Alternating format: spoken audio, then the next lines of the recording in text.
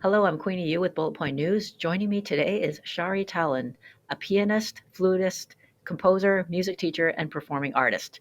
She has played for mental health charities with her original piano pieces inspired by nature, with melodic movements and improvisations.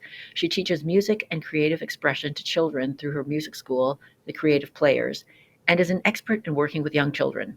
She has been playing, writing, and releasing songs with Chris Birkett as the Free Spirits with multi genres since 2015. Shari, welcome to Bullet Point News. Oh, thank you so much.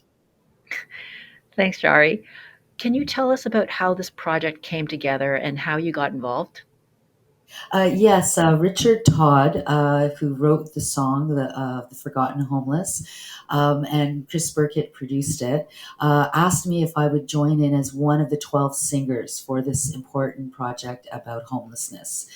And so we actually recorded my part here in Musselman's Lake, where I have a little cottage studio. And Chris likes coming up here working because it's very quiet. So I was very fortunate that I could stay at home while I recorded my part. And then we all met downtown at the Arcadia. It's a sort of an artist co-op where we shot the video, where Chris's wife, Joan Prouse, she directed it with great camera people. And it was so wonderful to be part of such an important project about homelessness. Royalties from the song will be donated to Wood Green's Unmet Needs campaign. What should Bullet Point News readers know about them and their campaign? Well, homelessness is such a huge issue in Toronto and actually even Stouffville. I was surprised when I've seen homeless people here in Stouffville. So it's supposed to bring, recognition or I guess understanding of what people are going through, and the money raised will hopefully help people with more affordable housing.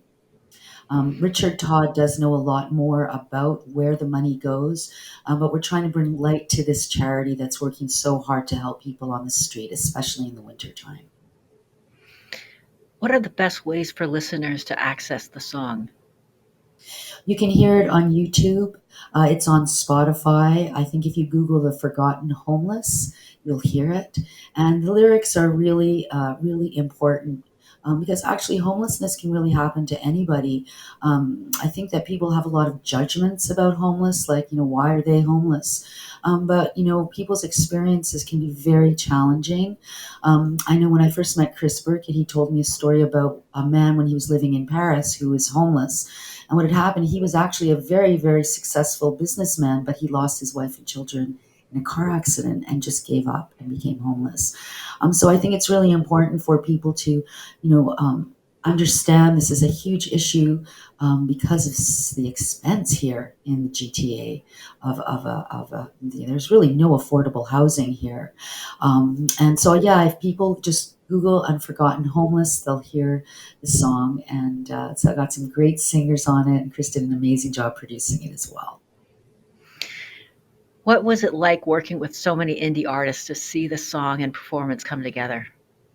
It was wonderful, and it was a really fun video shoot, very professional. We did a lot of ensemble parts, very creative. It's wonderful working with other artists and collaborating because of creativity. And that's been my whole, I guess, not I wouldn't say mission, but when you're creative, especially when I'm working with children, I always say that creativity brings problem solving, teamwork, cooperation. So, when you're working with a lot of creative people and everything's got good positive vibes, it was just such a wonderful experience. As a Musselman's Lake resident, what musical work are you doing here in Stouffville? Well, I do teach children from well, here in this area from about 5 to 14. I also teach a gentleman who's retired. And I just love when people approach me when they are retired, because learning music is really the only thing that actually stimulates both sides of the brain, better than any math puzzles or anything. And I can understand that because as you are playing, you're listening at the same time, so you can sort of see that part of your brain that's kind of putting out and taking in. And I always tell parents that as well, where music actually raises a child's IQ.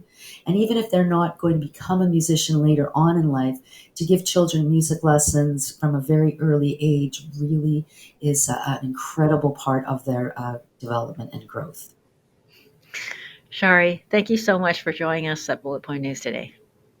Thank you so much for inviting me.